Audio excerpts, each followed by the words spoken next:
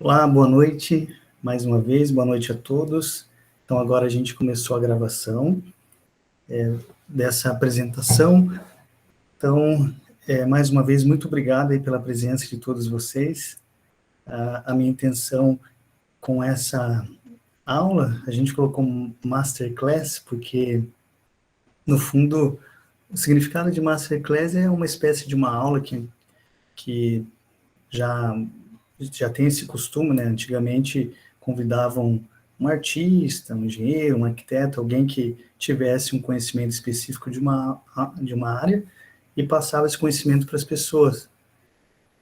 E até hoje tem sido bem frequente esse tipo de apresentação, então que o cardiologista vai falar de eletrocardiograma, um radiologista do raio-x, alguém da área de investimento fala um tema específico de investimento, então é isso aí que a gente pretende com a nossa Masterclass. Então, vamos ver aqui. Vocês, por gentileza, digam se estão conseguindo ver. Acho que não, né? A tela. Vamos ver como é que eu faço para compartilhar aqui. Ok.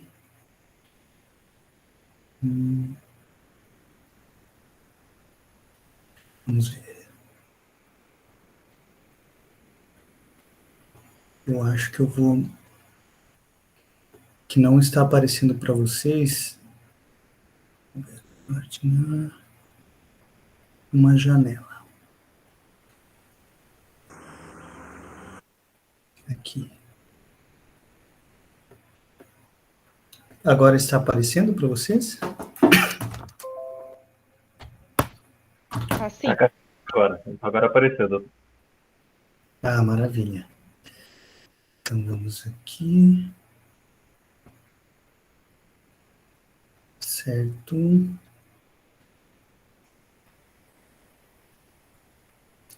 E agora, como é que eu faço para deixar isso aqui bem grandão? Mas eu acredito que assim vocês conseguem ver bem, né? Então, vamos começar. Então, vamos descomplicar o eletrocardiograma na emergência. Para me apresentar, para quem não me conhece, meu nome é Ademilson, eu sou médico cardiologista, também especialista em clínica médica, trabalho no Hospital Universitário, no Hospital de Caridade, aqui em Florianópolis.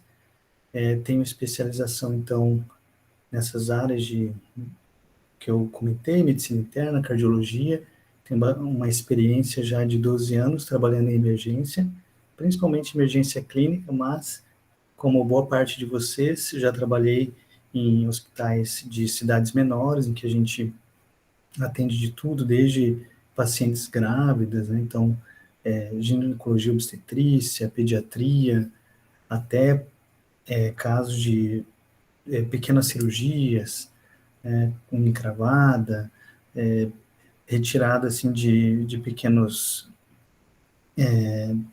nódulos, lipomas, essas coisinhas simples. No começo da minha formação eu fazia. Também tive a oportunidade de trabalhar em postos de saúde por 2 anos, e em UTI também já trabalhei, tanto na residência quanto por cerca de 1 ano depois de formado na residência de clínica médica. Também já trabalhei em unidades de regulação estadual, da macro-regional.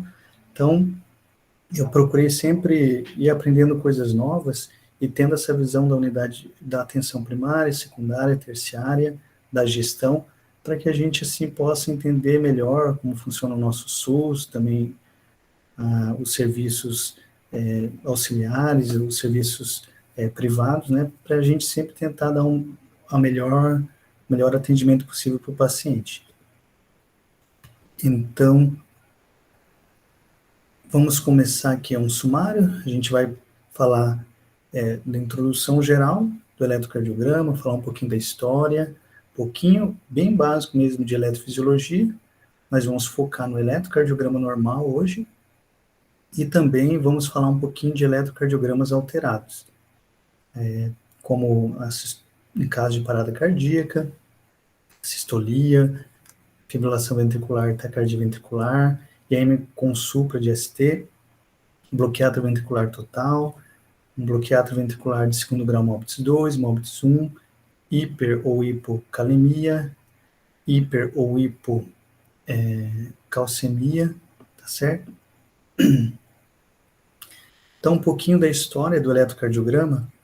Não é um tema mais de curiosidade, isso aqui não cai em residência, também não vai influenciar no atendimento de emergência, mas só para vocês saberem que, como tudo na história da medicina, existe um embasamento nas ciências básicas, pesquisadores que estudam em animais, percebem alguns fenômenos de estabilidade ali neuromuscular, como em 1991 Galvani, que conseguiu contrair ali um músculo lesionado. Em 1872 tem o Lippmann, que consegue registrar a pressão ali dos vasos, né, e associar isso à voltagem, então associar questão muscular de força mesmo com voltagem elétrica. Em 1902, o Einthoven cria o galvanômetro de cordas, que foi o primeiro eletrocardiograma. Em 1913, ele, depois de muitos anos estudando esse registro elétrico, ele percebeu que pacientes que tinham doenças cardíacas tinham perturbações daqueles registros elétricos. E em 1920 em diante, aí nós temos Lewis, que estuda muito arritmias cardíacas, contribui bastante, e Wilson, que aprofunda muito a teoria do eletrocardiograma, sobretudo relacionado a arritmias e isquemias miocárdicas. Então, esse é o nosso histórico do eletro. Em relação à eletrofisiologia cardíaca básica, eu penso que o que a gente precisa saber antes de tudo, que como todas as células do corpo, as células têm ali núcleo, tem o citoplasma, membrana celular. O coração é uma especialização de um vaso, né? Ele tem toda aquela formação embrionária, já nos primeiros dias da formação embrionária, nas primeiras semanas a gente já consegue perceber algum grau de atividade cardíaca, e o coração, então, ele tem essa estrutura anatômica de 4 cavidades, como a gente vê aqui. Então, eu vou até procurar usar essa canetinha, e a gente consegue interagir melhor. Certo, então, aqui nós vemos aqui os átrios, átrio direito, átrio esquerdo, ventrículo esquerdo. Nós vemos que o sistema de condução elétrico do coração, ele tem o marca-passo natural do nosso coração, né, que seria o nó sinoatrial, que ele fica aqui no átrio direito, e ele se comunica com o nó atrioventricular através de feixes, né, anteriores, médios e posteriores. Também manda um feixe para o átrio esquerdo, e depois, em relação aqui o nó atrioventricular, nós temos no sete feixe de His, ramo direito, ramo esquerdo, depois os fascículos antero-superior, aqui 10, e fascículo póstero inferior, em 11, que está difícil de a gente ver por aqui. Mas, de qualquer forma, é importante a gente perceber que existe um tipo de fisiologia que leva à contração muscular. A gente sabe que existem as células de despolarização lenta e células de despolarização rápida. O nó sinoatrial, o nó atrioventricular, eles são formados por células de despolarização lenta. Então, o influxo de cálcio vai influenciar mais na despolarização, e as células de despolarização rápida, que são formadas pelos outros miócitos, as outras células que não são as células da atividade elétrica, mesmo o sistema de condução do coração, são as células de despolarização rápida, são influenciadas mais pelo sódio, né? Então, a gente sabe que o normal é que o sódio esteja mais presente no exterior da célula. Então, na corrente sanguínea, se vocês forem analisar o sódio de vocês, vai estar ali entre 135, 140, 145, na verdade. No interior da célula é bem menor. E o potássio de vocês é muito mais presente no interior da célula. Se forem ver no exterior, vai estar entre 4,5, 5, 4. Então, existe uma bomba, a sódio, potássio, ATPase, que faz com que saiam 3 sódio, digamos assim, para a gente simplificar, saem 3 sódio para fora e entram 2 potássio no interior da célula.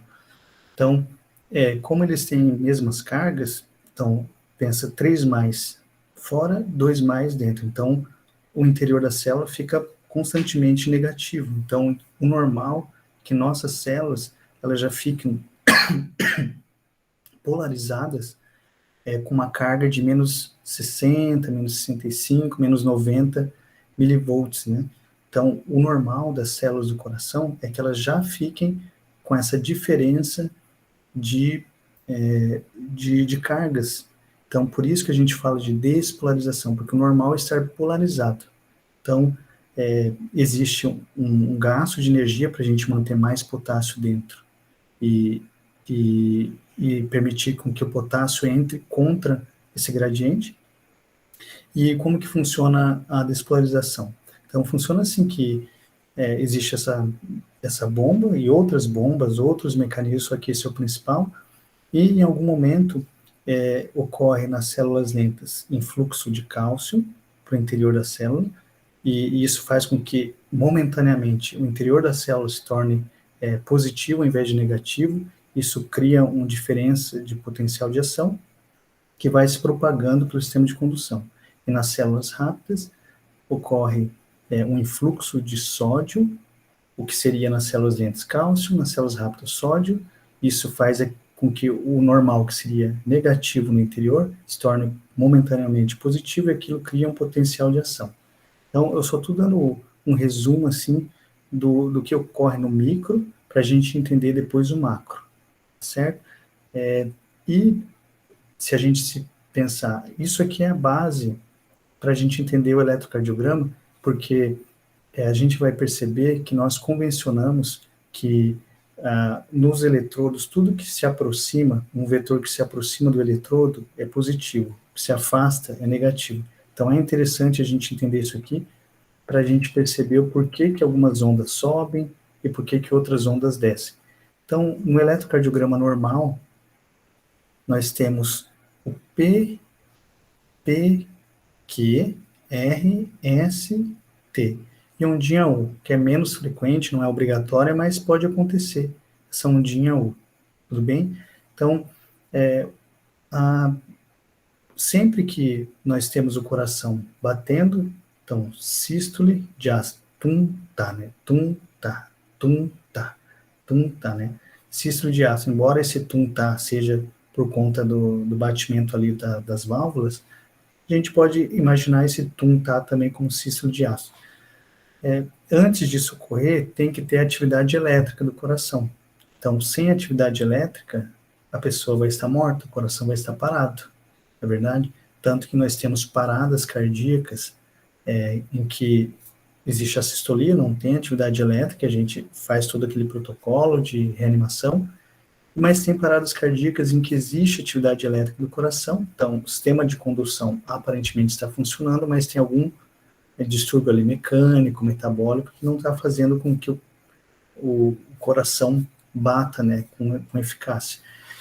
Então, por que nós temos o PQRSTU e não A, B, C, D, E, F? Vocês já pararam para se perguntar?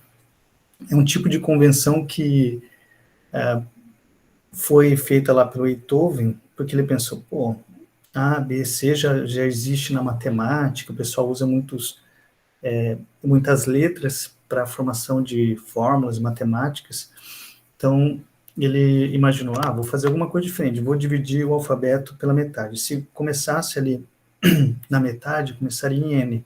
Só que N também já é usada na matemática, 2 elevado a N. Então M, N, O. A O também é origem, não sei o que e tal. P, então vamos começar com P. P é pouco usado, então PQRST. É uma curiosidade para a gente entender o porquê que é, esse sistema de PQRST, que muitas vezes a gente não entende, né? Então, onda P vai corresponder ao batimento, ali a contração atrial, onda Q, complexo QRS, seria a contração ventricular, e a onda T seria a repolarização ventricular. A gente não consegue visualizar a repolarização atrial, embora exista, porque ela está englobada nesse complexo aqui.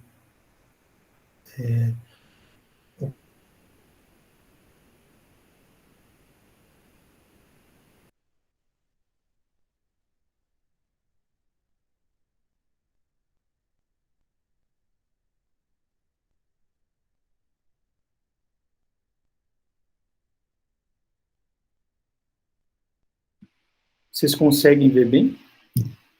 Ou travou alguma coisa para vocês? Para mim deu uma travada e agora voltou, mas não sei se foi para todo mundo, não sei se foi a minha conexão, mas travou para mim. Oi? Está vendo? Sim. Sim. Opa, desculpe, meu amigo, é que o meu computador aqui, que por algum motivo ele reiniciou. Ainda bem que eu estou com backup aqui, que eu consigo ver a apresentação. É bem coisa de antivírus.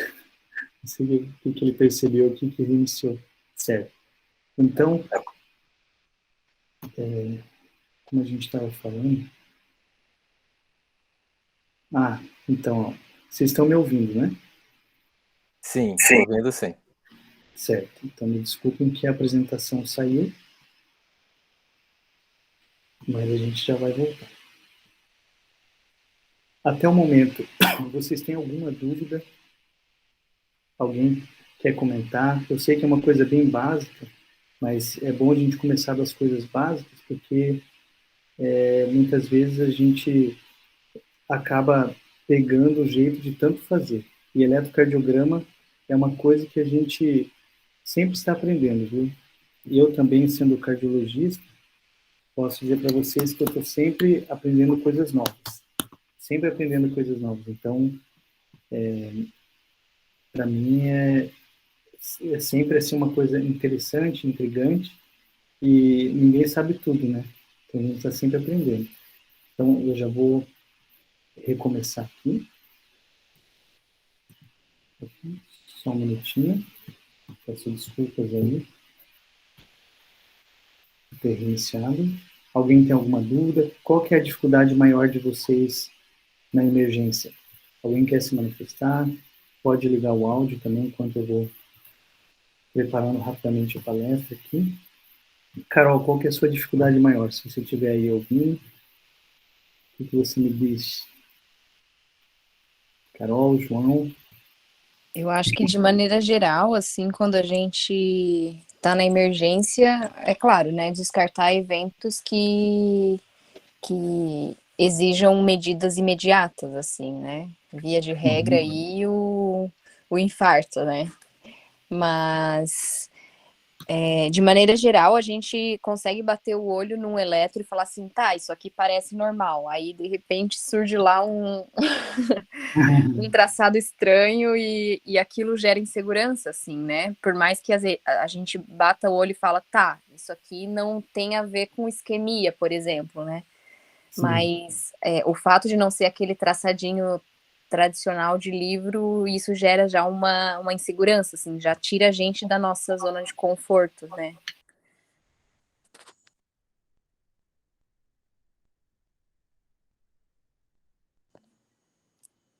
Seu áudio fechou.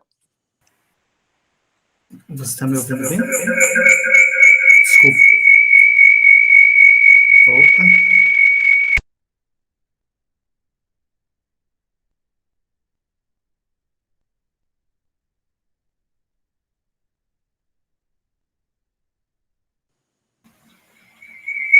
Não. Acho que é porque tá com 2 acessos, provavelmente. Vai ter que sair de um dos dois.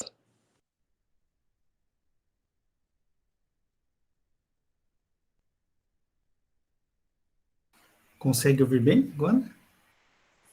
Sim, agora sim. Certo. Então, vamos lá. Continuando. Pessoal, então, para quem não está entendendo o que aconteceu, meu antivírus resolveu reiniciar o computador. Então, por isso que eu estou aqui na luta. E agora estou aproveitando para perguntar para vocês o que são as principais dúvidas de vocês. A Carol comentou que muitas vezes parece que o eletrocardiograma é normal e daqui a pouco chega um outro caso que já não é tão normal. Alguém mais quer se manifestar? O João aí, que também já tem experiência de vida, trabalhando com outras coisas, já deve ter visto coisas diferentes também aí. O que vocês dizem para nós? Qual que é a principal dificuldade de vocês? É Mas muito fiquem à parecido vontade. com o que a Carol falou mesmo, né?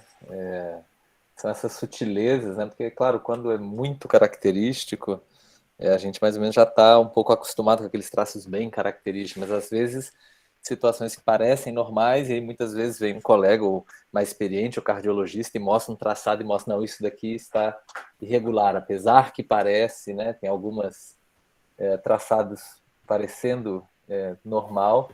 Então essas sutilezas, e quando isso é numa situação de emergência que que pode acometer, né, a vida do paciente, isso é a grande dúvida, né? Ou os É mesmo, bloqueios, né, quando é mais maligno, quando não é tão maligno, e às vezes tem situações muito parecidas, né? com Então certeza. a Carol colocou bem. Perfeito. E em relação ao eletrocardiograma normal, eu vou rapidamente passar para vocês valores, mas não precisem ficar tão preocupados em saber de cor. Mas vocês sabem que a onda P, então tem esse P, que é RST, a gente falou do histórico, por que é isso daí? E podemos falar depois, eu vou passar para vocês aqui um algoritmo básico para vocês irem dando o laudo do eletrocardiograma. Então, aqui nós temos o eletrocardiograma normal, de 12 derivações.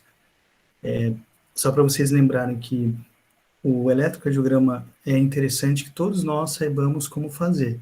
Então, antigamente, o Einthoven, por exemplo, para conseguir fazer aquele triângulo perfeito, ele colocava nos ombros e no pubis do paciente. Daí ficava uma coisa meio desconfortável, né? As pessoas ficavam com vergonha. Ele percebeu que dava para colocar e ficava um ângulo interessante, por exemplo, algumas pás nos pulsos e, e também no calcanhar, né? Ali próximo aos pés dos pacientes. Então, nós temos, hoje em dia, esse eletrocardiograma de 12 derivações, nós colocamos pás nos pulsos, punhos, né? E pás ali próximo ao pé, ali, digamos na canela, um pouquinho acima do calcanhar dos pacientes, né? E daí a gente coloca também. Essas são as derivações, digamos assim, unipolares. E daí nós temos, perdão, essas são as derivações bipolares. E nós temos as derivações. Opa, eu acho que eu não estou gravando, né? Que caiu a. Vocês me desculpem, vou começar de novo a gravar, tá? A partir daqui. Só um minutinho.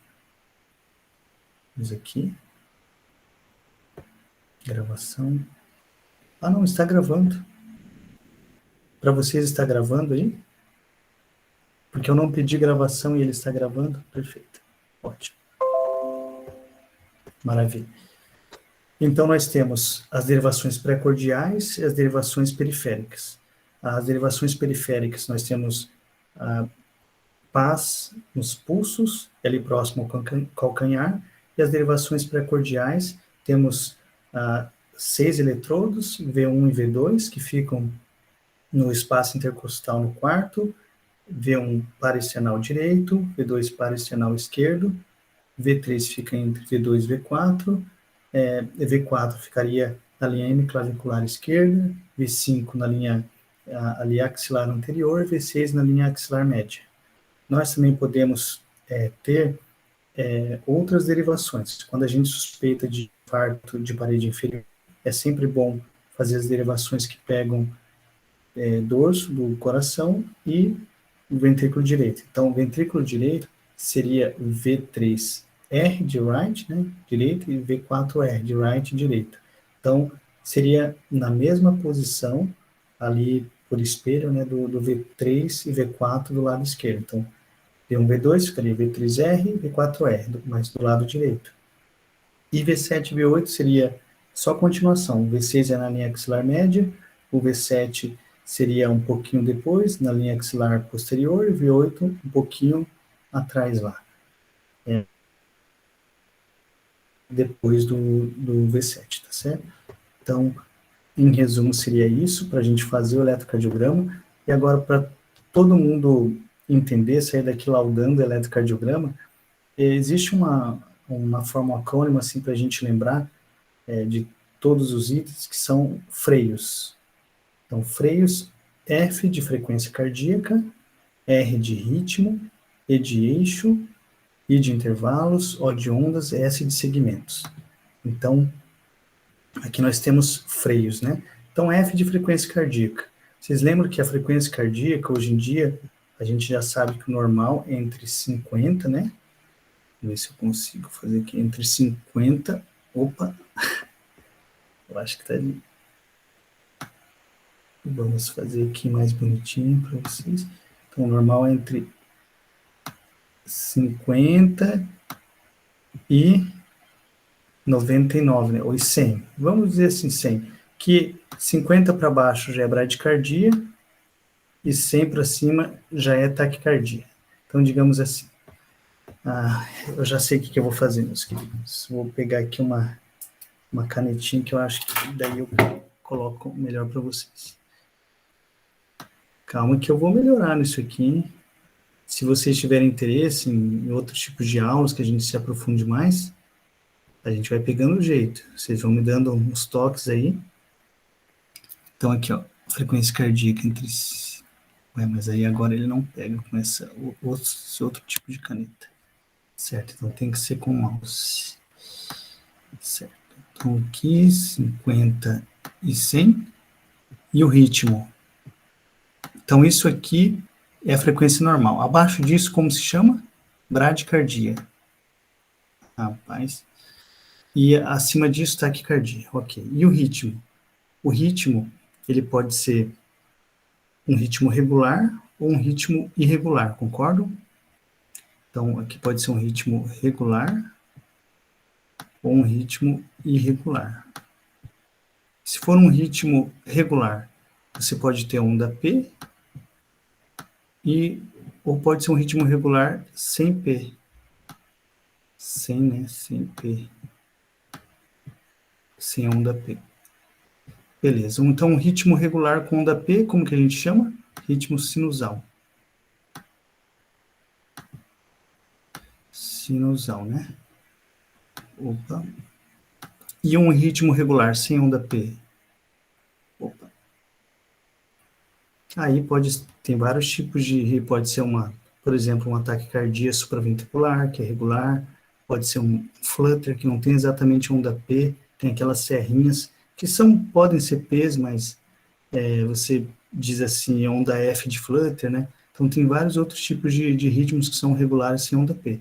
Ou pode ser um ritmo irregular, e geralmente, se ele for irregularmente irregular, quer dizer que ele está todo assim, confuso, agitado, zoado no eletrocardiograma, daí a gente chama de FA, que é a arritmia mais comum no ser humano, né?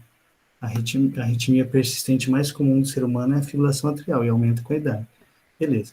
Então, freios, F de frequência cardíaca, que a gente já viu que o normal é de 50 a 100, R de ritmo. Como que eu vejo isso aqui? Então, você sabe que a frequência cardíaca é só você pegar, se você quiser saber exatamente quanto que é, você pega 1.500, né? 1.500, divide isso pelo número de quadradinhos.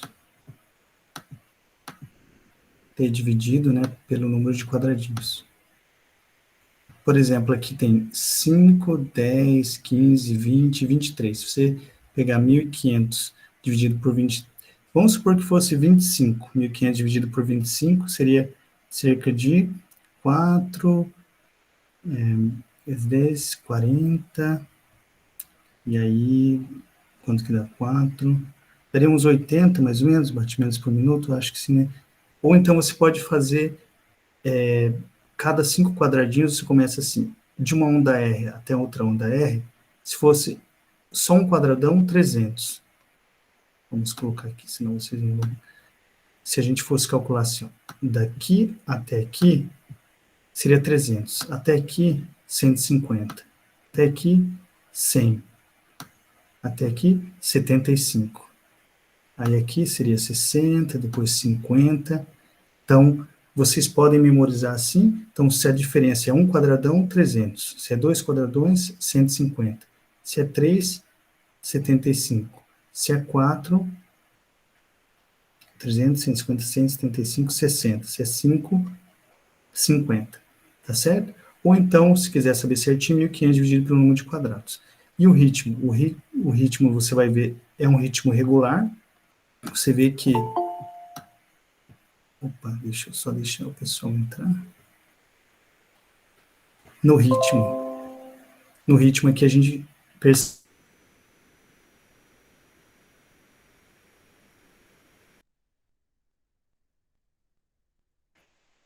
bastante segurança. Eu posso ver essa onda P em qualquer derivação. Geralmente D2 é mais fácil, mas não é obrigatório você ver em D2, tá? E a gente fala, não, tem que ter onda P em D2. Não, pode ser em qualquer derivação. Às vezes o eletro é muito confuso, o paciente tem Parkinson, está tremendo, que fica tudo aquilo estranho, a linha de base fica agitada. Então, daí você, onde você perceber onda P, você considera. Ok, então, depois a gente vê o eixo. O eixo, o importante é a gente, para saber o eixo, ver principalmente D1 e AVF. Opa, e AVF. Você sabe por que é esse A é de aumentado, né? Que as derivações, essas derivações assim, periféricas, que são AVF, AVL e AVR, elas têm uma voltagem muito pequena. Então, o pessoal convencionou colocar.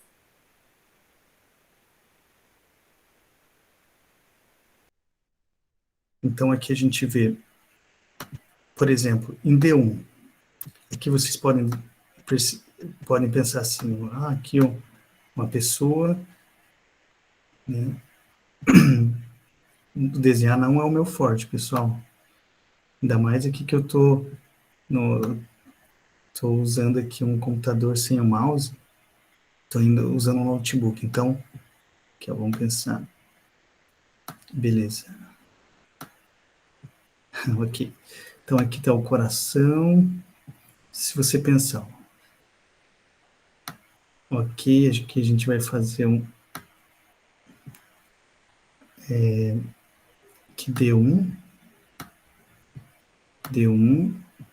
e AVF. AVF. Beleza. Ok, então, quando é positivo em D1 e positivo em AVF, você fica tranquilo, que quer dizer que o vetor está para baixo e para a esquerda. Então, o normal, o coração do lado esquerdo do peito, o ventrículo esquerdo é muito mais forte do que o ventrículo direito, então, normal que o vetor esteja para baixo e para a esquerda. Então, é só você ver aqui, D1. Olha aqui, ó, as ondas são mais positivas, mais para cima, tanto o QRS quanto a onda T. Opa, então, D1 é positivo. E a VF? Cadê o AVF? Olha, bem positivo também. E a onda T também bem positivo. Opa, então o eixo aqui está normal. Se eu quisesse saber exatamente onde está o eixo, eu posso procurar nessas derivações periféricas onde é mais isoelétrico, que o coração vai estar, digamos assim, que perpendicular ao que seria isoelétrico. Se a gente pegar aqui, vamos colocar aqui eixo, o eixo cardíaco, eixo eletrocardiograma. A gente pensar naquele Einthoven. Vou pegar aqui um exemplo que vocês encontram em qualquer site, vamos supor que é o Google. Se vocês percebem que está mais isoelétrico como a gente viu aqui, D1, D2, D3 está mais positivo. AVR mais negativo, AVL, concordo que tanto para cima quanto para baixo está parecido, e AVF mais positivo. Então, AVL é o isoelétrico, tanto mais ou menos igual para cima e para baixo. Se AVL é o isoelétrico, vamos lá para onde forma 90 graus com AVL, olha aqui, ó, que seria mais 60 graus. Concorda comigo? Então, nesse caso aqui, o nosso eixo está mais ou menos em mais 60 graus. Nesse caso Então, é um eixo normal. Assim, o normal a gente considera de menos 30 até cerca de mais 90, mais 120 ali no limite. Então, isso é um eixo normal. Ok, então, a gente já viu frequência cardíaca, ritmo, o eixo. Frequência cardíaca menor que 50 bradicardia, maior que 100 taquicardia. Ritmo. Um ritmo que é regular com onda P é sinusal. Regular sem onda P pode ser uma fibrilação atrial, uma taquicardia supraventricular, que a gente não viu onda P. A gente viu o eixo. O eixo que é positivo em D1 e AVF é um eixo normal. Se um eixo for, por exemplo, para mostrar para vocês, um eixo muito negativo em D1, por exemplo, um eixo que seja negativo em D1, então ele vai estar no quadrante superior esquerdo. E negativo em AVF, então é provável que ele tenha um desvio do eixo para a esquerda bem importante. Ok. Então, passando agora para os intervalos mais importantes são os intervalos PR e o intervalo QT. Vocês lembram qual que é o normal do intervalo PR e intervalo QT? Intervalo normal do PR, que é esse tempo da contração atrial até fazer a despolarização ventricular, né, seria de 120 até 200 milissegundos. Então, normal é que ele seja menor do que 5 quadradinhos e maior do que 3 quadradinhos, né? Cada quadradinho seriam 40 milissegundos, então 3 vezes 40, 120 milissegundos a 200 milissegundos. Então, vamos ver se o nosso PR está normal aqui. Se a gente conseguir aumentar aqui, vamos ver se dá para aumentar. Vamos ver. Eu acho que está difícil de aumentar, mas se a gente perceber aqui, vamos ver. Aqui, ó, se vocês perceberem, o PR está normal, ele é menor do que 20 quadradinhos, ó, que dá, desculpa, do que 5 quadradinhos ou 200 milissegundos, 3, 4, dá em torno de 4 quadradinhos, então está em torno de 160 milissegundos. Todo mundo entende que cada quadradinho desse aqui de 1 milímetro que a gente faz é uma convenção, você tem que sempre ver se o eletrocardiograma está nessa convenção. Uma velocidade de 25 milímetros por segundo, né? A velocidade que corre ali o papel, tá certo? E a voltagem tem que ser, de cada quadradinho aqui, tem que ser 0,1 miliampere, tá certo? 0,1 miliampere, certo? Que às vezes o seu aparelho pode estar configurado com uma velocidade de 50, de 12,5, então tem que sempre estar de olho nisso daí. Então a gente viu que esse PR está normal. Essa parte aqui é um pouquinho mais chata porque é só questões normais, assim. Então a gente não viu ainda o que está alterado, mas a gente tem que saber o que é normal. E o QT? O QT, o normal, é entre, a gente pode dizer assim, acima de 8 quadradinhos, então cada quadradinho é 40 milissegundos, não é assim? Então, 8 vezes 40, 320. Então, normal de 320 milissegundos até, digamos aqui, 11 quadradinhos. 11 vezes 40, 440. E aí a gente vai dizer que o intervalo QT vai estar alterado, por exemplo, se for mulher, para mulher, quando ele é um intervalo QT, a gente pode dizer, se ele é maior do que 470 milissegundos, ele é alterado. Né? 440, 11 quadradinhos. 12 quadradinhos já daria 80 milissegundos. Então, sempre que dá maior do que 11, você já abre o olho e fala, provavelmente vai estar alterada. E qual que é o melhor? Sempre que vocês estiverem em dúvida, é sempre bom usar uma calculadora do intervalo QT. QT corrigido é essencial, porque se o paciente tem BRAD ou taquicardia, pode dar variação do intervalo QT, você tem que se adaptar. A melhor calculadora que existe, na minha opinião, é de Framingham ou Rhodes. Se vocês usam Basé para QT corrigido, ele é o mais conhecido, ainda é o mais usado, só que ele acaba dando bastante alteração, porque ele superestima ou subestima conforme taque ou bradicardia. Então, é melhor mesmo vocês usarem Framingham ou Rhodes quando for usar o QT corrigido. Então, para mulher maior do que 470 é alterado, para criancinha, vamos usar aqui uma criancinha, está engatinhando aqui, maior do que 460, e para homem, maior do que 450. Para homem. Então, vocês veem que maior do que 12, o 12, o maior, é alterado para todo mundo, né? E maior do que 11, vocês ficam de olho, que 11 dá 440. Se deu maior do que 11, então vocês já vão usar lá o QT corrigido para saber se vai dar alterado para mulher, para criança ou para homem, tá? Então, continuando no nosso eletrocardiograma normal, daí a gente vai ver as ondas. Então, todas as ondas onda P, onda Q, R, S, T, né? Então, a gente vê aqui, cadê? Opa, as nossas ondas. Desculpe. Mas aqui, ó, onda P, então, qual que é o normal dela?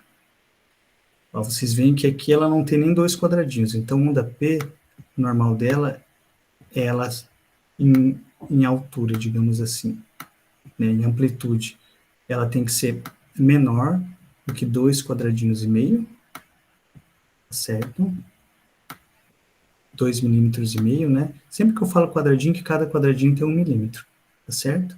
E em duração, então aqui vamos ver uma onda P, né? Então, em amplitude ela tem que ser menor do que 2,5, em duração tem que ser menor do que 3, tá certo? Então, em duração menor do que 3 quadradinhos, ou 120 milissegundos, tá certo? Se ela, esse é o normal, tá? Que algumas vezes eu dou o valor alterado, como ali eu falei do QT, né? E algumas vezes normal. Esse é o normal. Então, se for maior do que 2,5, então seria sobrecarga de átrio direito, certo? E se for maior do que 3 quadradinhos, sobrecarga de átrio esquerdo. Também existe uma alteração que se chama índice de Morris, que se por acaso em V1 a onda P for negativa mais do que 1 milímetro quadrado, também a gente considera sobrecarga de átrio esquerdo. Ok, e a onda Q? Onda Q, vocês vão perceber que muita gente se confunde achando que porque tem uma onda Q funda, onda Q profunda, já é área inativa. Onda Q só vai indicar necrose quando a duração dela, né, uma duração, vamos supor que é uma onda Q grandona, se a duração normal é que ela seja menor do que 40 milissegundos, menor do que 1 quadradinho, tá? A duração, primeiro eu estou colocando normal, tá? E também que ela seja menor do que, e na amplitude dela, ela tem que ser menor do que 1/3 da onda R. Que às vezes tem uma onda R muito ampla, e a onda Q pode ser ampla também. Por exemplo, essa onda Q, ela vai ter mais ou menos a duração de meio quadradinho, então isso é menor do que 1 quadradinho, então é onda Q normal. E a amplitude dela é pequenininha, dá mais ou menos 1 quadradinho. Olha o tamanho dessa onda R. 2, 5, 7, 8, 9, 10. 10. Então, se ela fosse até 3 quadradinhos, se ela fosse até aqui, ó, quase 3, ainda, se ela não fosse muito larga, né, ainda assim seria uma onda Q normal. Então, lembrar disso aqui, que muita gente não sabe, até quem já é mais experiente, muitas vezes não foca nisso, então acaba dando como área inativa uma coisa que é normal. Esses são, então, as ondas P e Q, e a onda R? Então, a onda R, o normal é que ela aumente.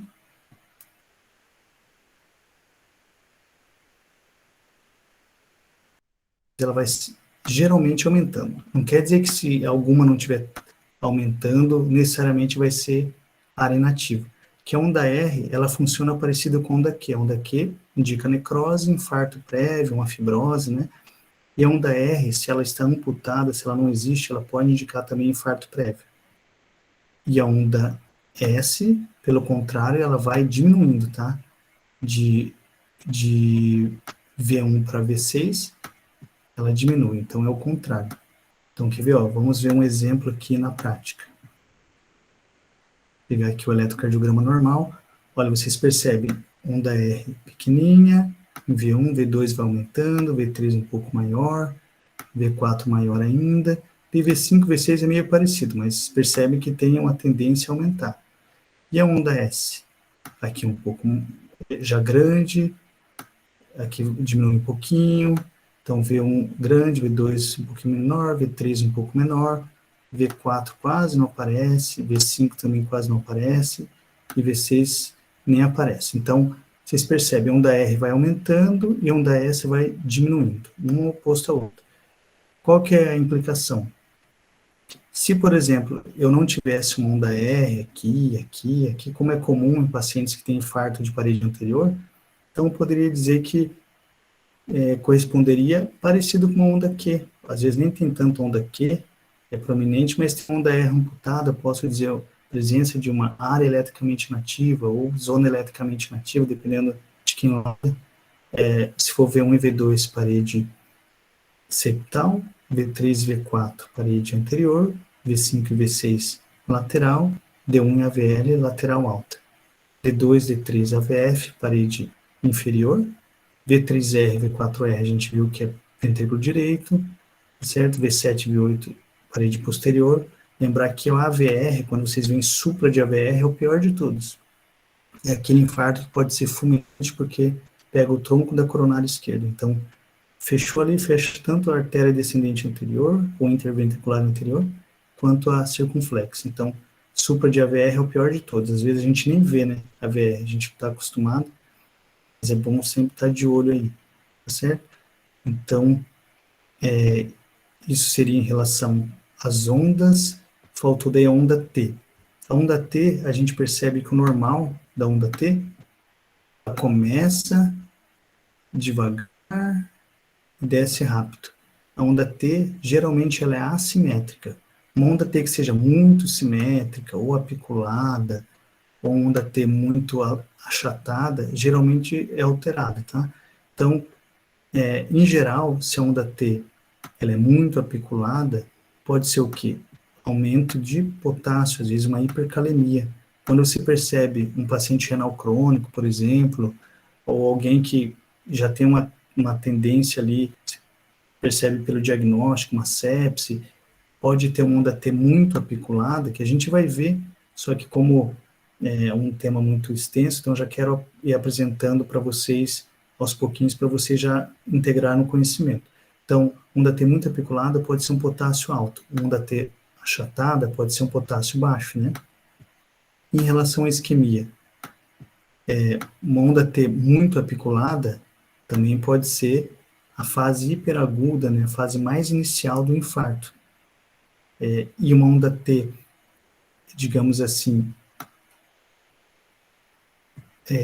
uma onda T negativa, exceto assim, criança, por exemplo, criança V1, V2, V3, às vezes jovens, tem onda T juvenil, que faz com que a onda T ela seja negativa. Então, às vezes, vocês vão, um filho de vocês, um parente vai fazer um eletro e fala, meu Deus, ele tem uma onda T sugerindo isquemia em V2, V3, V1, V2, V3.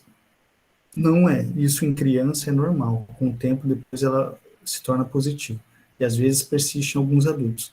Só que onda T negativa em adulto, já tem uma clínica sugestiva, você já pode pensar que onda T é sugestiva de isquemia subepicárdica, tá? Onda T negativa pode ser uma isquemia subepicárdica. Isquemia epicárdica. Gente, agora que eu estou pensando que existe eu acho que tem uma caixinha aqui, ó.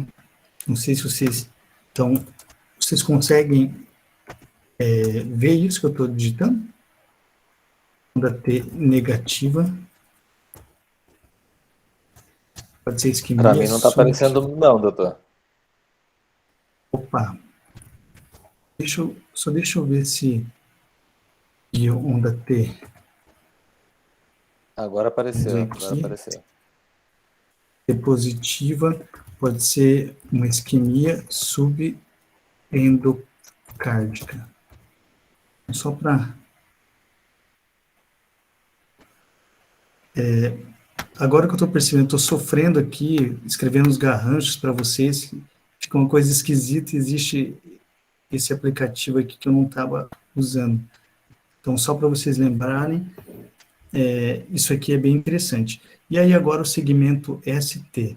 Então, vou aproveitar que eu descobri isso aqui. Então, segmento ST, isso que é o mais importante. Então, segmento ST, quando tem um supra de ST típico, pode ser, a gente chama de corrente de lesão subepicárdica. Por que subepicárdica? Eu já vou explicar para vocês. E se for um infra, a gente chama também de corrente de lesão subendocárdica. Então, certo, em relação ao segmento ST. Então, aqui, ó, onde que a gente percebe o segmento ST? É aqui, beleza. Então, vocês veem que o segmento ST aqui até tem um discreto supino de 0,5 milímetro, então não dá nada. Só que se vocês perceberem um segmento ST muito suprado, maior do que 1 milímetro, na maioria das derivações, ou V2, V3, que às vezes já tem um discreto suprinha, maior do que 1,5 milímetro, 2, então já tem que pensar, caramba, será que é um infarto com supra, ou então é só alteração de repolarização? Isso aqui deixa muita dúvida. Então, para vocês lembrarem, supra de ST é sempre, quando é um supra típico, é uma corrente de lesão subepicárdica, quer dizer que, só para vocês entenderem, subepicárdico, ó, vocês lembram, isso aqui é o epicárdio, né, ou pericárdio, isso aqui miocárdio, desculpe, e isso aqui endocárdio, concorda? Como a irrigação é de fora para dentro, quando você tem um infarto,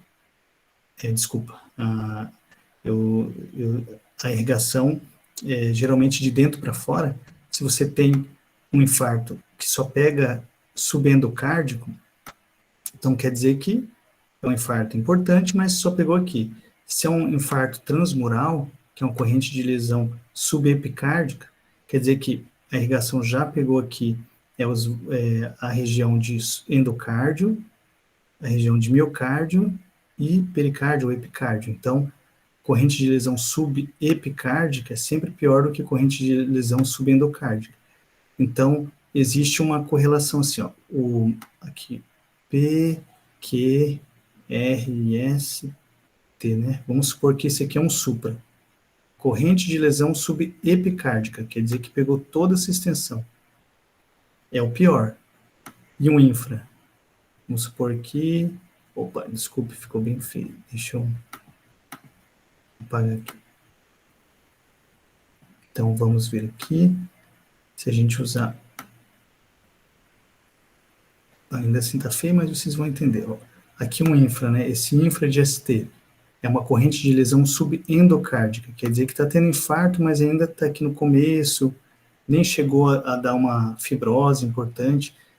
Por isso que o supra de ST é uma emergência médica que você tem que atender o mais rápido possível. Quer dizer que já tem uma necrose, está evoluindo para necrose, tem uma isquemia muito importante. Se a gente não cuidar, vai ter uma lesão grave, vai perder todo o músculo.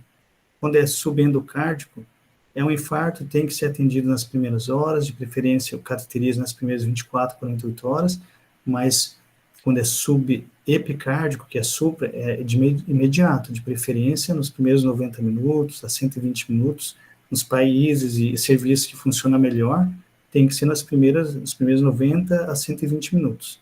Tanto que se você percebe que a transferência do paciente vai demorar mais do que 2 horas, já se recomenda fazer a trombólise primeiro, faz a trombólise, né, com streptokinase, com alteplase, com tecneplase. Geralmente, aqui a gente vê vários serviços, o pessoal usando alteplase mesmo, e daí transfere. É o melhor para o paciente, porque daí desobstrui e vai fazer um cateterismo com urgência. Esse é o ideal. Então, por isso que o supra é tão importante, tá? Aí o supra pode ser típico ou atípico. Vamos supor, o supra feliz é aquele supra assim, por exemplo, que a gente viu. Às vezes é uma forma de vocês entenderem. Aqui, ó, um supra feliz. Então, quer dizer que isso aqui provavelmente não é infarto com supra, não é uma corrente de lesão típica. Às vezes é só alteração de apolarização. Agora, veja como o supra, o infeliz, o miserável, como diz, do supra, que é mesmo de infarto. Aqui, ó. Olha, ele é infeliz. É um supra triste. Esse aqui é um supra típico. Supra feliz pode ser de alteração de repolarização. Certo? Então, aqui a gente está vendo os segmentos. Eu acabei já indo para segmentos, tá certo? Que é o segmento ST é o mais importante. Então, vamos só fazer um resumo, que o eletrocardiograma normal, se vocês seguirem esse acrônimo, freios, eu até vou escrever aqui para vocês, ó. Freios.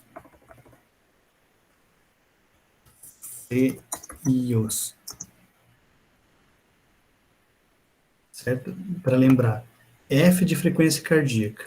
Daí aqui a gente vê, ó, 300, 150, ó.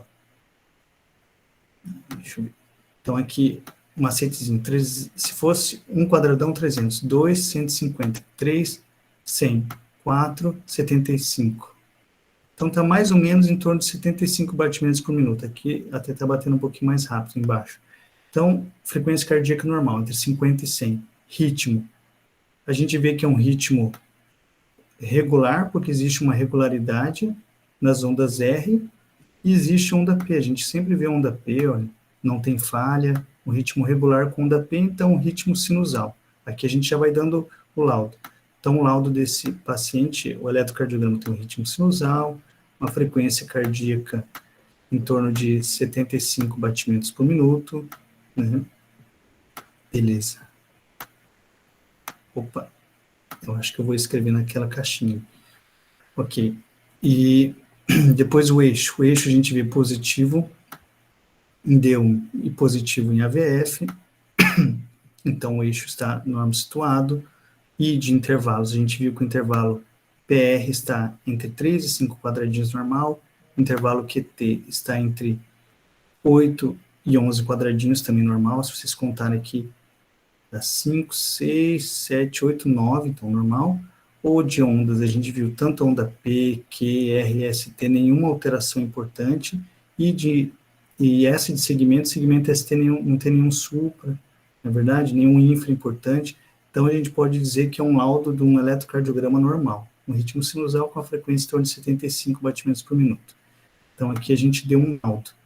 Aí, agora, a gente vai para os casos clínicos. Então, eu gostaria de, primeiro, saber se está todo mundo me vendo aqui. Vocês conseguem ver e ouvir bem?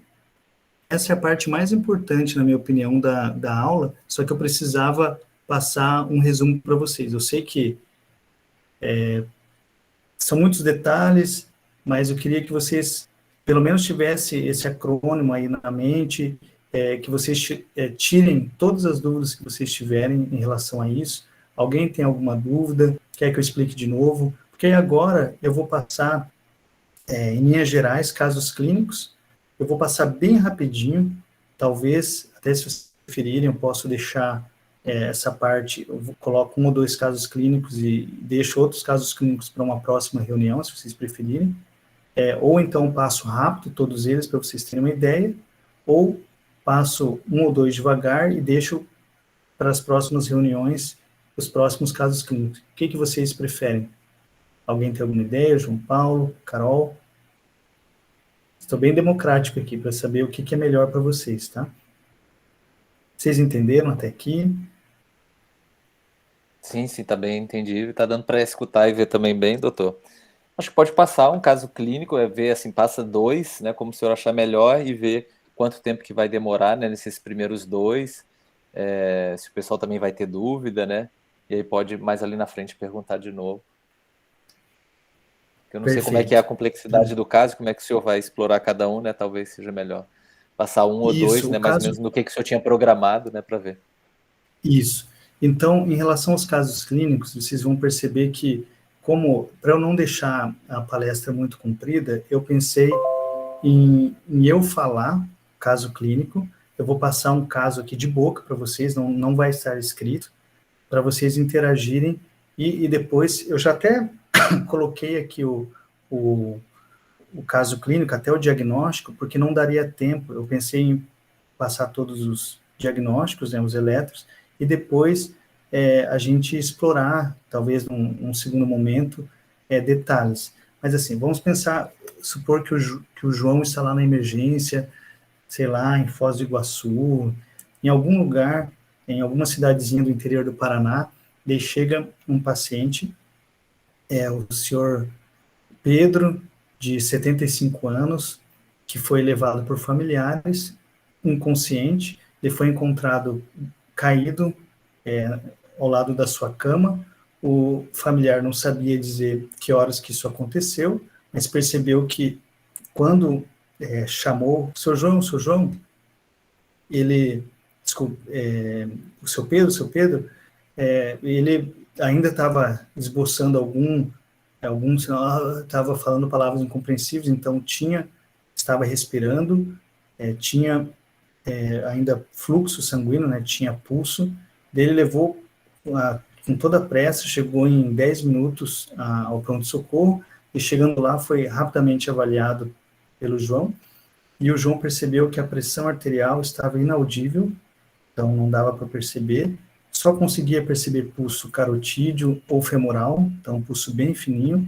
Ele via que a ausculta pulmonar e, e cardíaca estavam com bolhas hipofonéticas bem fraquinhas.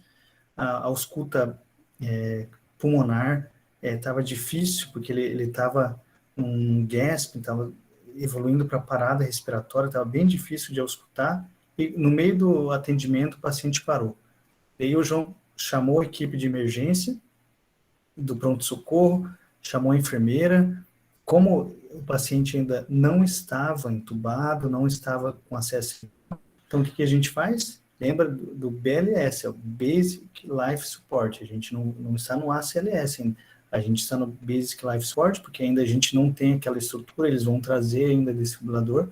Então o João, ele está em 2, ele faz toda aquela sequência. Senhor, senhor, viu que está inconsciente, você aponta lá para alguém, você, João, você, Rafael, traga o desfibrilador portátil, ou se ele estiver numa emergência com maior complexidade, me ajude a conduzir o seu Pedro aqui lá para a reanimação, que a gente vai checar vai checar o ritmo, então me ajude a conduzir. Ou se ele estiver próximo do hospital, numa região externa, chame o SAMU, vamos supor que não estiver dentro do hospital, chame o SAMU e traga um desfibrilador externo automático, para a gente avaliar o ritmo. Como ele está no hospital, me ajuda a levar para a reanimação. De lá, ele percebe o carrinho de monitor, já começa a fazer a massagem cardíaca desde o início, lembro sempre disso, o profissional de saúde pode checar o pulso, respiração, quem não é profissional de saúde é indicado só já perceber se está inconsciente, não está respirando, já iniciar a massagem cardíaca, esse é o BLS.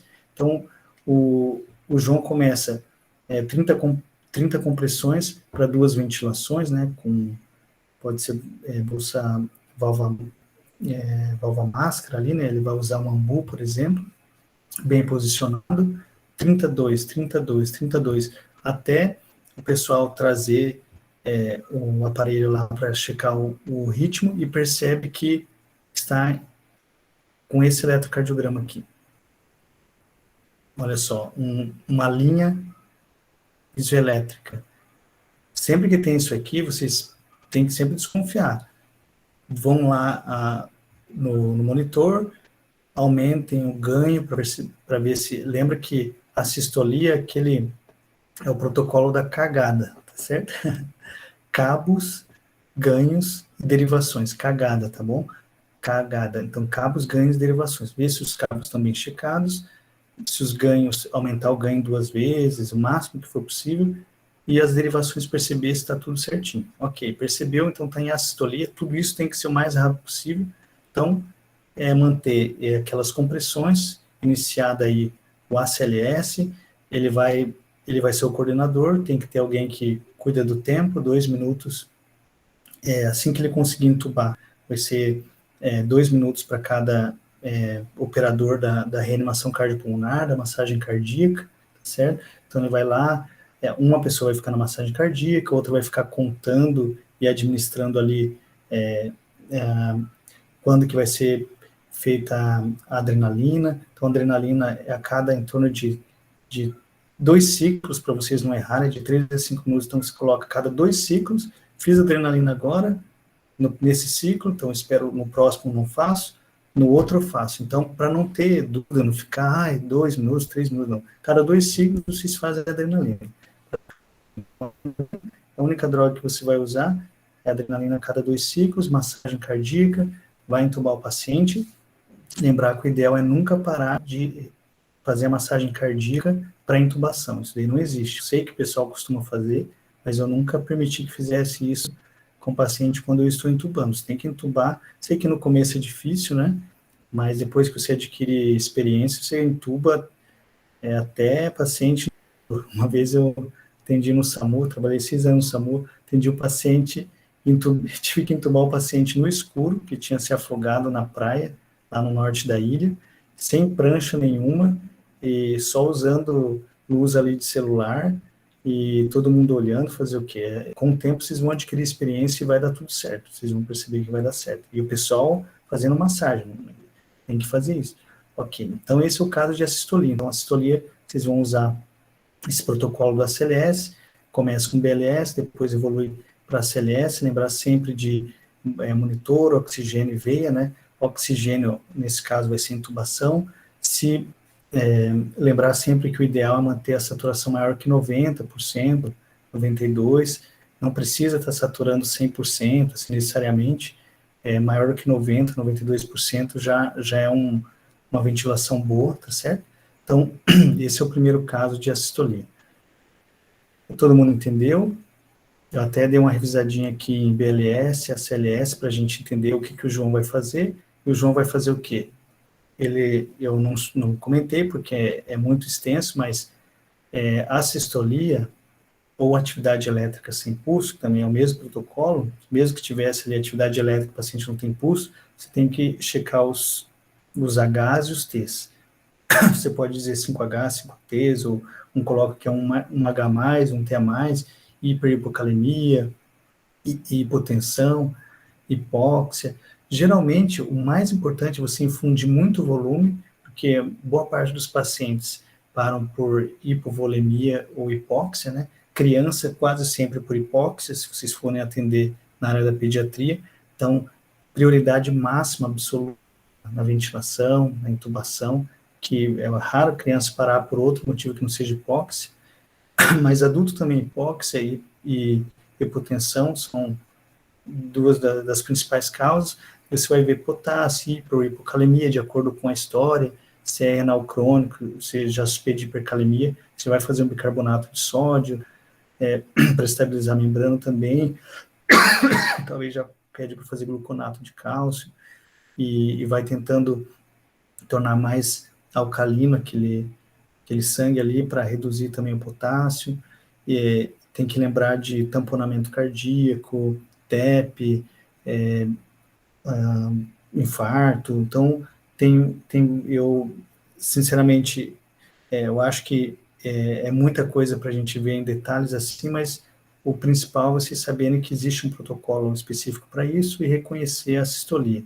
Aí o caso clínico 2, eu posso usar o mesmo caso do Pedro, que parou, e aí o João no meio dessa parada cardíaca, ele sempre vai checar o ritmo a cada ciclo. Então, assim que o Rafael lá parou a massagem cardíaca, ele fala, Maria, você agora assume a massagem cardíaca.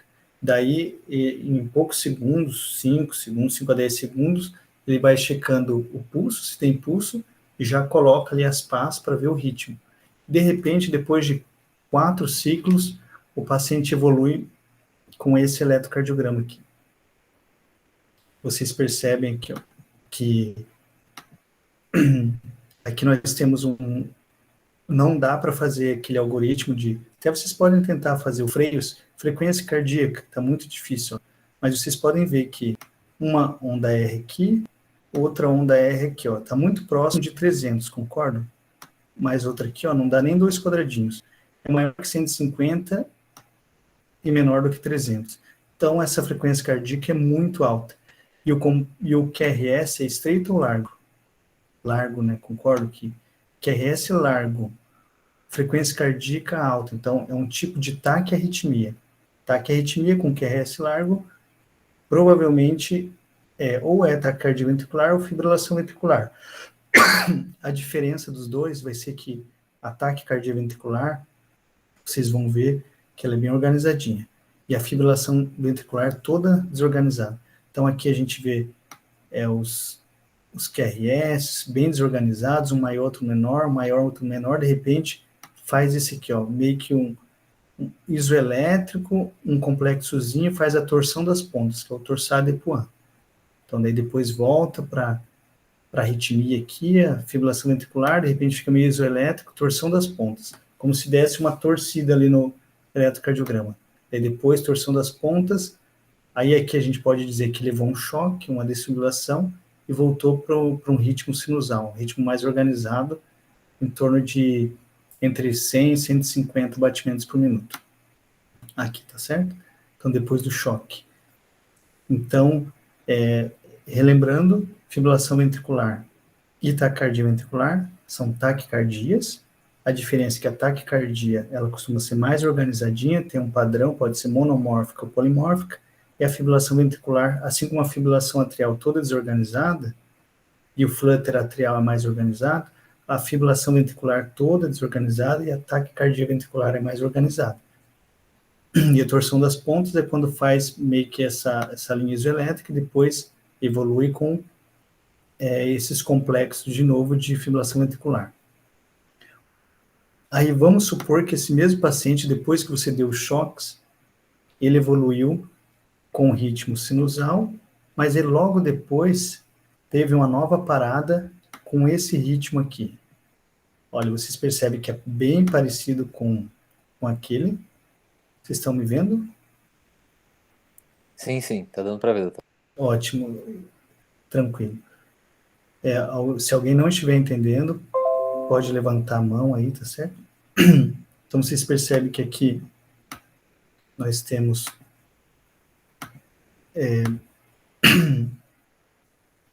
um ritmo um pouquinho mais regular, se vocês perceberem, ó, eu acho que todo mundo concorda, né, que é mais regularzinho aqui do que a outra fibrilação ventricular, né, olha aqui, ó, como é tudo desorganizado. Então, a taquicardia ventricular é mais organizada, o QRS é bem largo, como vocês percebem aqui, e ainda está sem pulso. Então, a taquicardia ventricular sem pulso e a fibrilação ventricular, que é sempre sem pulso, como que a gente trata? Choque, que é a desfibrilação ali do coração, tá certo? Desfibrilação, como que você faz? Você vai colocar uma pá fazendo assim uma corrente elétrica, né? Você pode colocar uma mais assim na ponta do coração, outra mais na região de base do coração.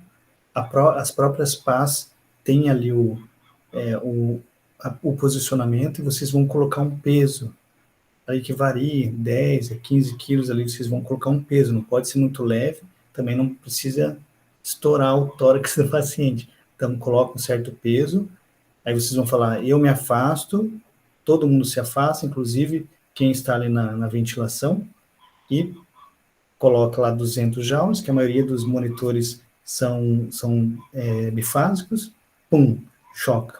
Ele já volta, mesmo que o paciente retorne, você já volta a massagem cardíaca. Só vai parar ali aquela massagem cardíaca, que ainda bem que acontece algumas vezes, que o paciente retorna tão espontaneamente que ele mesmo já acorda. Já atendi vários casos assim. Você dá o choque, da taquicardia ventricular sem pulso, você volta a fazer massagem cardíaca, o paciente mesmo acorda. Que isso, doutor? Tá doendo, não sei o quê. O que aconteceu comigo? Já acorda se saturando 100%, como se nada tivesse acontecido. Dormi aí, o que aconteceu? Tudo normal, assim. Então, daí você, opa, não preciso ficar 2 minutos aqui, mas na maioria das vezes, o paciente ainda continua inconsciente, mesmo que tenha voltado o pulso, você termina aquele ciclo, até porque o coração fica atordoado, e é importante você ajudá-lo nessas massagens, pelo menos de um ciclo depois. Então, esse é um caso. Até aqui, todo mundo entendendo.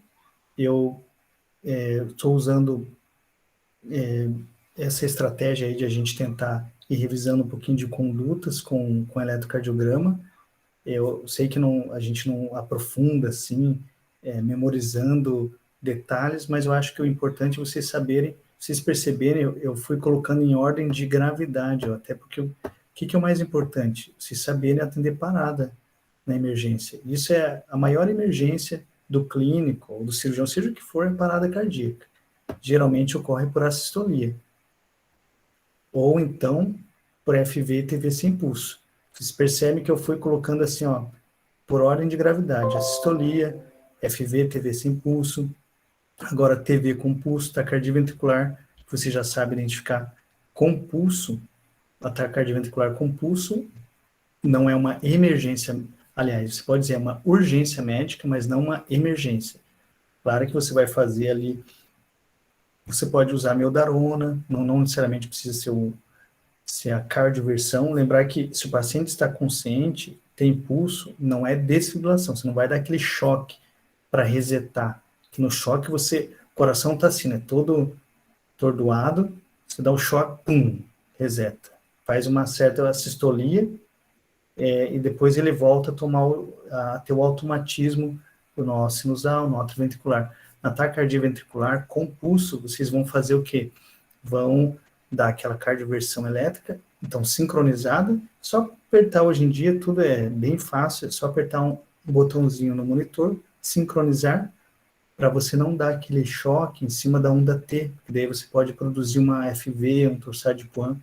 Então, eu já vi casos, infelizmente, de colegas que, por inexperiência, assim, por aquela situação, claro, a gente não dá para dizer, talvez o paciente não fosse sobreviver, mas em um ritmo que era chocável, mas era um ritmo de cardioversão, porque o paciente estava consciente, o paciente desfibrila o paciente, ele acaba induzindo uma parada por FV, infelizmente o paciente às vezes não resiste. Então, isso é muito importante, o paciente consciente, com pulso, nunca se vai fazer desfibrilação. Para quê? Vai dar um choque violento no paciente e correr o risco de ele ter uma parada e morrer ali.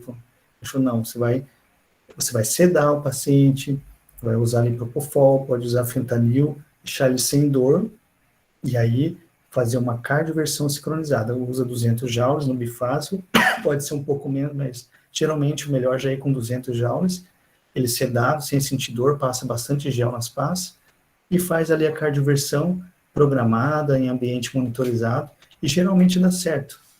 É um procedimento bastante interessante. E até fácil de fazer, vocês vão perceber. E pode ser também feito com a meldarona. A meldarona EV, você faz a dose de ataque, geralmente 300 miligramas EV em meia hora, daí mais, geralmente a gente faz ali 6 ampolas, 900 miligramas EV, nas próximas 24 horas, né? Geralmente é esse protocolo que a gente faz para taquicardia ventricular com pulso. Até agora todo mundo entendeu. Agora infarto, agora eu vou colocar esse mesmo caso, vamos supor que esse paciente, o senhor Pedro, ele teve aquela parada, o João conseguiu perceber que a parada foi assistida logo no início, que ele perdeu consciência, inicialmente era sistolia, evoluiu para FV, PV sem pulso, depois taquicardia ventricular com pulso, e aí depois que ele resolveu aquela taquicardia ventricular, ele foi fazer um eletrocardiograma e percebeu que agora, que dava para ver o eletrocardiograma, que tinha isso aqui, olha. Olha só, um supra de ST já com uma área inativa, ó. Onda R. Vocês lembram que a onda R tem que ir aumentando de V1 para V2? Aqui, ó, V1, onda R não tem. V2 não tem, V3 não tem, V4 não tem, V5 não tem. Então você vê que é um infarto de parede anterior extenso, com esse supra de ST enorme, já com onda R amputada, quer dizer que já tem área inativa. Mas se o paciente estiver com dor, tendo esse supra, tem que ir imediatamente para angioplastia, para fazer o cateterismo e ver se é possível colocar um stent ali.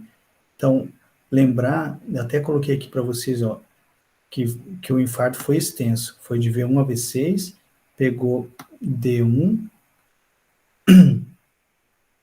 e vamos ver, cadê o AVL? E AVL aqui, ó.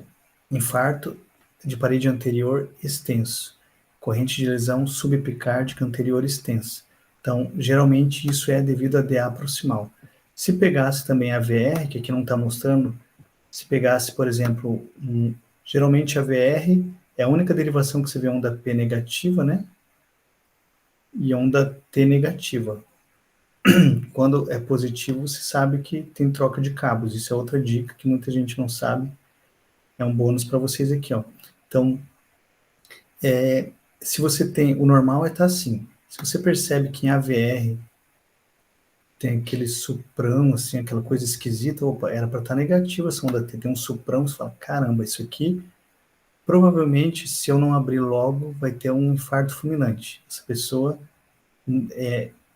assim, virtualmente impossível sobreviver se der um infarto desse aqui e ela não for atendida de imediato. Então, geralmente os infartos fulminantes que o pessoal fala, em geral, são esses infartos que pegam o tronco da coronária esquerda ou DA proximal. O tronco da coronária esquerda, a coronária esquerda se divide para circunflexa e para DA, né? Se pega aqui o tronco, então quer dizer que toda a parede anterior, lateral, inferior, vai ficar, mais de 50% do coração vai ter uma isquemia, uma necrose violenta, aguda, então o coração não resiste, ele não está adaptado a isso e tem uma parada com o famoso infarto fulminante, tá certo? Então daí o João, ele é esperto, ele falou, caramba, olha, eu já consegui tirar o cara da parada da sistolia, esse cara já me evoluiu para FV, depois TV sem pulso, eu choquei, resolveu, depois foi TV com pulso, choquei de novo, daí eu CD, porque ele já estava acordado e tal, daí agora que eu vi, pensei, meu Deus, agora eu salvei a vida do paciente, ainda me aparece esse supra de parede anterior extenso, que agora sim eu entendi, por isso que ele parou, fibrilou, ou então já sei a causa, estava pensando nos Hs, nos Ts, eu sei que a causa é trombose das coronárias, que é um infarto, beleza, trombosou ou DA, ou a artéria, o tronco da coronária esquerda, provavelmente é DA proximal, pelo tipo do infarto. Aqui a gente vê, ó, a localização, parede anterior, derivação V1 a V6, artéria descendente anterior. V1, V2 é anteroccipital, septo médio também, septo baixo V3 e V4, que a gente chama de anterior também, e septo apical V5 ou V6, ou a gente chama de lateral. Parede lateral alta D1 e AVL, parede inferior D2 e 3 AVF, ventrículo direito V3R e V4R, infarto de parede posterior, V7 e V8, e V1 e V2, um infra em espelho, então faz às vezes um infra de V1 e V2, como espelho de V7 e V8. Então, coronária direita faz um infarto de ventrículo direito e posterior, e a coronária esquerda, sendo a DA de parede inferior, e a circunflexa de parede lateral alta. Tudo bem, até aqui vocês entenderam? O que eu faço? Mando para angioplastia para fazer uma angioplastia primária. O ideal nos primeiros 90 minutos, 90 a 120 minutos. Se for demorar mais de 2 horas, tem que fazer uma trombólise. Eu sei que a maioria não faz, mas esse seria o mundo ideal. E depois a trombólise encaminhar. Esse paciente, vocês não precisam, o que vocês têm que fazer na emergência? O AS e o clopidogrel. Quando percebe, 3 AS, 8 clopidogrel, porque são 300 mg, 200 a 300 de AS, 600 de clopidogrel. Se o paciente tem condições, vocês podem fazer o Brilinta, que é o ticagrelor, que ele é um pouco melhor, a não ser que seja muito idoso, daí geralmente, dependendo se tiver um risco alto de sangramento, o pessoal ainda prefere o clopidogrel, mas pode ser usado o ticagrelor, ou mesmo aquele efiente, que é o prasugrel. E então, dependendo do serviço que tenha disponível, no Sul geralmente é difícil a gente encontrar, mas hospitais privados às vezes vocês encontram o ticagrelor e que é o Brilinta, ou o prasugrel, que é o efiente. Então, vale a pena, que é um pouco melhor, tem menos resistência, menos risco de formar trombose entre stent do que o clopidogrel. Então, esse é o caso. Aí, beleza. Até agora todo mundo entendeu? Está acabando, viu, pessoal? Agora, o mais importante até aqui. Tem alguns detalhes só para acabar. Caso vocês prefiram, eu posso terminar isso aqui num outro momento, tá certo? Alguém tem alguma dúvida até agora? Que eu acho que mais uns 5 a 10 minutos eu concluo a apresentação. Até agora todo mundo entendeu? Tá tranquilo, doutor. Beleza, então vamos lá. Continuando aqui. Aí o João passou o plantão para Carol lá, eles estavam de plantão. Carol, sei que vai para o Paraná, vai que os dois fazem plantão no mesmo hospital. Daí o João falou: caramba, Carol, meu Deus, fiquei 4 horas em cima desse paciente, Deus o livre. Foi parada em assistolia, AESP, fibrilação ventricular, taquicardia ventricular sem pulso, depois taquicardia ventricular com pulso. Aí quando foi para ritmo sinusal, vi que era um infarto com subo de parede anterior, eu mandei para cateterismo, voltou para mim porque não tinha vaga de UTI, e aí agora acabou o plantão, agora toma que o filho é teu. E aí a Carol falou: ah, beleza, agora tá tranquilo, né? Já resolveu tudo. Daí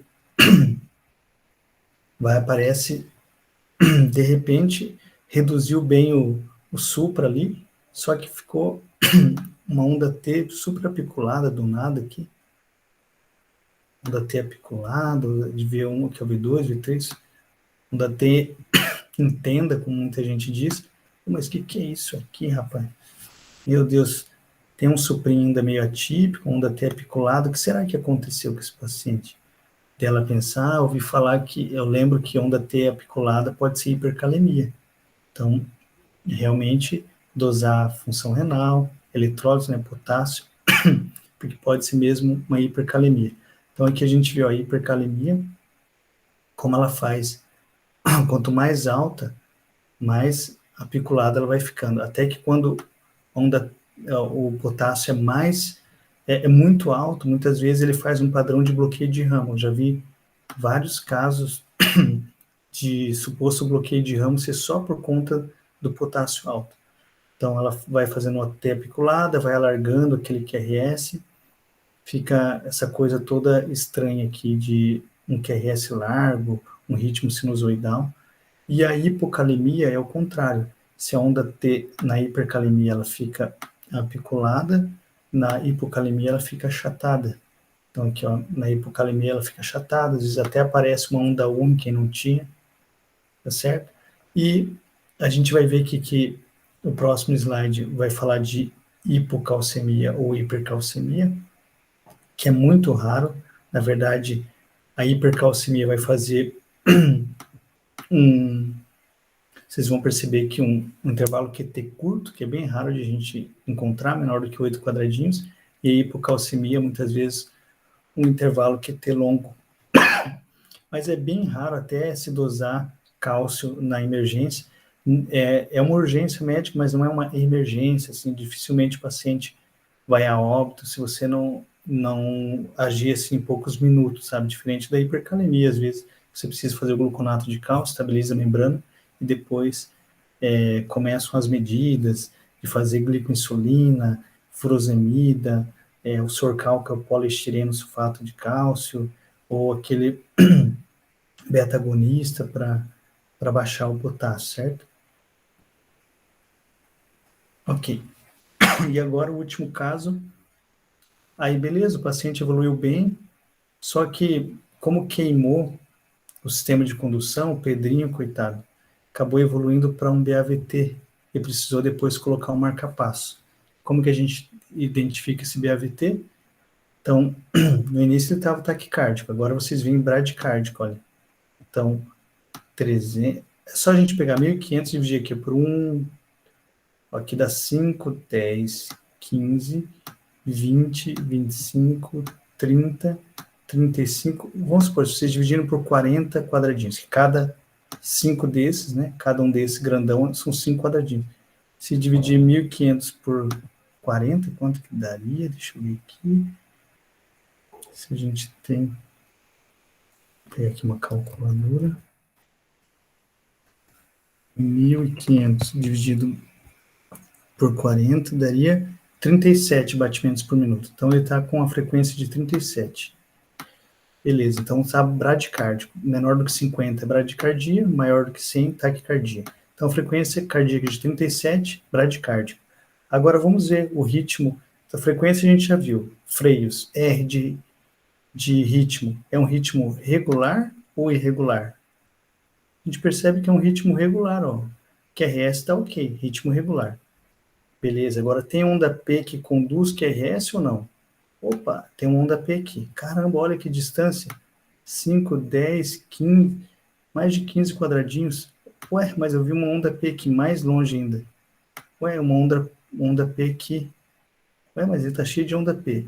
Outra onda P aqui em cima da onda T. Outra onda P aqui. Será que aqui não é onda P? Não sei. Mas talvez tenha uma onda P aqui dentro. Mais uma aqui. Mais outra dentro desse QRS. E assim vai.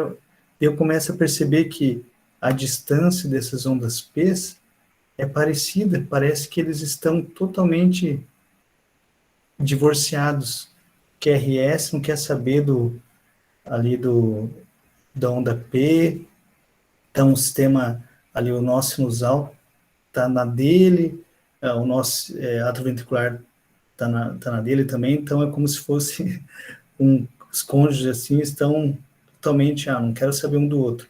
Então existe uma frequência, uma regularidade do QRS, que está bem lentinho, e a regularidade das ondas P, que vocês perceberem, nem está tão bradicárdico assim, ó. Se vocês forem contar, 5, 10, 15, 20, ó. Então seria 300, 150, 100, 75. A onda P está numa frequência cardíaca em torno de 75. E a onda R, que é do QRS, está numa frequência cardíaca de 37. Então, um não tem nada a ver com o outro. Então, eles têm uma dissociação atroventricular. Isso que é o BAVT, bloqueio atroventricular total. A onda, ali a onda P está normal, está no ritmozinho dela, só que ela não está nem aí para o ventrículo, ela não está transmitindo nada para o nó atroventricular.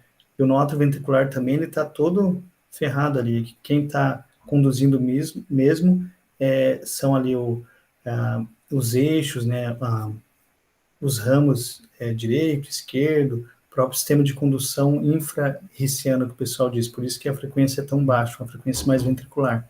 Então, quando a gente tem isso é o BAVT. Beleza? Alguém tem alguma dúvida? Esses são os mais importantes, pessoal. Aqui vai ter o BAV de segundo grau, que é aquele que, segundo grau pode ser Mobitus 1, quando ele vai avisando, tipo aquele cara que começa a atrasar nas aulas, sabe? Começa a atrasar, atrasa uma vez, atrasa duas, daí na próxima ele não vem. Daí depois começa de novo, regular, atrasa 10 minutos, depois 20 minutos, 30 minutos, e depois, pum, tem uma onda P que não produz QRS. O Mobitus 2 é aquele que não avisa. É aquele que está regularzinho, pontual, de repente, pum, do nada, a pessoa não vem. Você fala, caramba, o que aconteceu com a pessoa? A pessoa sempre regularzinho. E, então, o óbitos 2 é mais grave, pode ser 2-1, 3-1, 4-1, tá certo? Só vou citar aqui para vocês. Hiperhipocalcemia a gente já falou. Opa. A gente já comentou isso aqui. E agora, para terminar, eu quero saber se vocês sabem como dar um diagnóstico neurológico pelo eletrocardiograma. Esse é o desafio. Desafio a vocês. Agora, quem vai saber isso daí? Como que a gente sabe que o eletrocardiograma dá até para você saber um diagnóstico neurológico? Não sei se alguém já sabia disso. Não vale procurar no Google, hein? Tá bom, vocês podem procurar no Google, que Deus, vocês vão aprender. Mas alguém quer falar aí como que o eletro dá até um diagnóstico de neurológico? Alguém sabe? Alguém quer tentar? Esse é o último slide, tá? Mas só é um bônus para vocês, que é uma curiosidade. Então, assim, quando a gente tem isso aqui, ó, hemorragia intracraniana, quando nós percebemos essas ondas T muito, mas muito mesmo infradas, você vê que a onda T ela é maior do que até a própria onda S. Então, de V1 a V6, vocês percebem aquela onda T cerebral que a gente chama. E ela é difusa, olha. V1 a V6, pega D1, AVL, parede inferior também, mas principalmente na parede anterior. Se vocês perceberem isso aqui, o paciente chega inconsciente. Ah, meu Deus do céu, o que aconteceu? De repente ele desmaiou, está inconsciente, com um eletro desse tipo. Vocês vão dar uma de Dr. House e falar, isso daí é uma hemorragia intracraniana. O paciente provavelmente rompeu um aneurisma e se não teve trauma, né? Se teve trauma também pode ser hemorragia intracraniana traumática, né? Mas se não, rompeu um aneurisma e o paciente chama já a neurocirurgia, pô, mas nem pedimos a tomografia. Não, mas fica tranquilo, já vai chamando e leva para a tomografia. Então, esse é um exemplo interessante de diagnóstico neurológico através do eletrocardiograma. Beleza, pessoal? Todo mundo entendeu? A ideia é mostrar um básico assim de eletrocardiograma para vocês. Agradeço bastante a participação de todos aí. Alguém tem alguma dúvida? Doutor, só uma pergunta nesse último slide aí que você colocou, se eu puder voltar. Ele Claro. só vai dar alterado, então, ali de V1 a V6, porque parece que o lado todo ali, D1, D2, está relativamente normal, né? Ele só altera ali V1 a V6, que ele vai dar, então, essas ondas, as T's muito... Isso, geralmente aqui, ó, você percebe de V2 a V6, é mais em parede anterior mesmo, que tem uma cascata de catecolaminas, que eles tentam explicar através disso, e daí altera muito a contratilidade da parede anterior, principalmente. Tá, okay. Mais em território de DA. Só Obrigado. Que, por nada, muitas vezes acontece uma alteração de polarização difusa. Aqui em D2 e D1 tem um pouquinho, né? Em AVF também, mas principalmente de V2 a V6, essa onda T bem negativa. Pessoal, vocês entenderam? Eu acho que todo mundo... Alguém tem dúvida? Eu sei que vocês já devem estar bem cansados. Talvez alguns até já tenham dormido aí. Esse horário, né? No meio da semana. Rotina pesada. Pessoal, agradeço bastante a participação. Se alguém tiver mais alguma dúvida, quiser se manifestar, fiquem à vontade. Eu espero que eu tenha ajudado de alguma forma a todos vocês. E alguma outra coisa, pessoal? Que a nossa reunião, na prática, durou 1h e 40 minutos. Eu gostaria até um pouquinho menos, mas realmente é muito difícil poder falar de tantos temas assim em tão pouco tempo, né? E aí, João, Carol, tem duas Carol Menel Araújo, Carol Farias, Maria Júlia, Aristides, Franciele, Gonçalo e Pablo Henrique, os sobreviventes. Alguém? Agradecer aí mesmo essa disponibilidade, né? Eletro tem que repetir, repetir, repetir, por mais que sejam coisas básicas, né? Mas é o básico que consegue dar o direcionamento para a gente não se perder tanto, né? E tem que repetir muito mesmo, né? Agradeço aí pela gentileza, viu, doutor? Muito bom rever, né, isso daí, pegando também outras dicas e informações aí do senhor, né, com essa sua experiência. Obrigado, João. E a Maria Júlia disse muito boa aula, doutor. Obrigado pelas explicações. O Aristides, pode falar, Aristides. Eu falar o mesmo, muito parabéns pela aula. E não sei quem está fazendo a gravação, mas eu gostaria de ver se depois podem disponibilizar para rever algumas partes da aula mesmo, com mais calma. Ah, perfeito, Aristides. Eu vou até colocar para vocês, eu vou disponibilizar no YouTube, que daí fica disponível para todos vocês. Eu vou colocar até aqui o link, que eu acabei criando até um YouTube que eu usava só para o mestrado, que eu fiz um mestrado em informática em saúde, que eu gosto muito dessa coisa das tecnologias, que eu acho que não já é o presente, mas vai ser muito mais presente, é o nosso futuro para todos nós da área da saúde. Não tem como a gente fugir. A gente vai precisar se conectar, não necessariamente ficar em rede social, TikTok, mas a gente precisa aproveitar essa onda, né, de tecnologia para a gente aprender, compartilhar o conhecimento, poder passar isso para outras pessoas. E então eu vou passar para vocês aqui agora, se vocês quiserem, deixa eu ver aqui, onde que está Mas aí, qualquer coisa, vocês podem procurar, ó, o nome do canal é Dr. Ademilson, Medicina com Humanismo, vírgula, Medicina com Humanismo. Ô, Paulo, o senhor pode também mandar no e-mail de quem se inscreveu lá, doutor? O senhor pode mandar um e-mail, né, com o link também. Perfeito, meu amigo, eu tinha até, verdade, você me deu essa lembrança. Para todos vocês que se inscreveram, eu vou mandar o link, fiquem tranquilos. Muito obrigado aí, pessoal, pela participação. Mais uma vez, uma honra estar aqui com vocês. Eu fico totalmente à disposição. Sei que é um tema que tem outras peculiaridades, é mais complexo do que o que eu falei. A gente falou mais uns resumos. Cada um desses temas dá para ficar se aprofundando e vendo pormenores. Mas eu acho que o bom mesmo é vocês saberem disso daí, que, na minha opinião, o que mais faz diferença na vida do paciente são as paradas cardíacas, os ritmos de parada, e situação como taquicardia supraventricular, que eu não falei, mas que você faz ali uma adenosina e melhora. Tem outras situações assim menores, mas que não mata. E tudo isso que eu falei, praticamente, ou quase tudo, tem risco de o paciente morrer, né? Então, por isso que eu coloquei a maioria das situações são de emergência mesmo, emergência médica, ou uma urgência relativa. Então, tá bom. Uma boa noite para vocês. Muito obrigado. Boa noite, doutor. Muito obrigado, viu? Valeu, pessoal. Um grande abraço. Um Tchau, abraço. tchau. Boa semana. Para vocês também. Obrigado, Maria Júlia. Obrigado, Carol. Tchau, tchau. Obrigado, Pedro.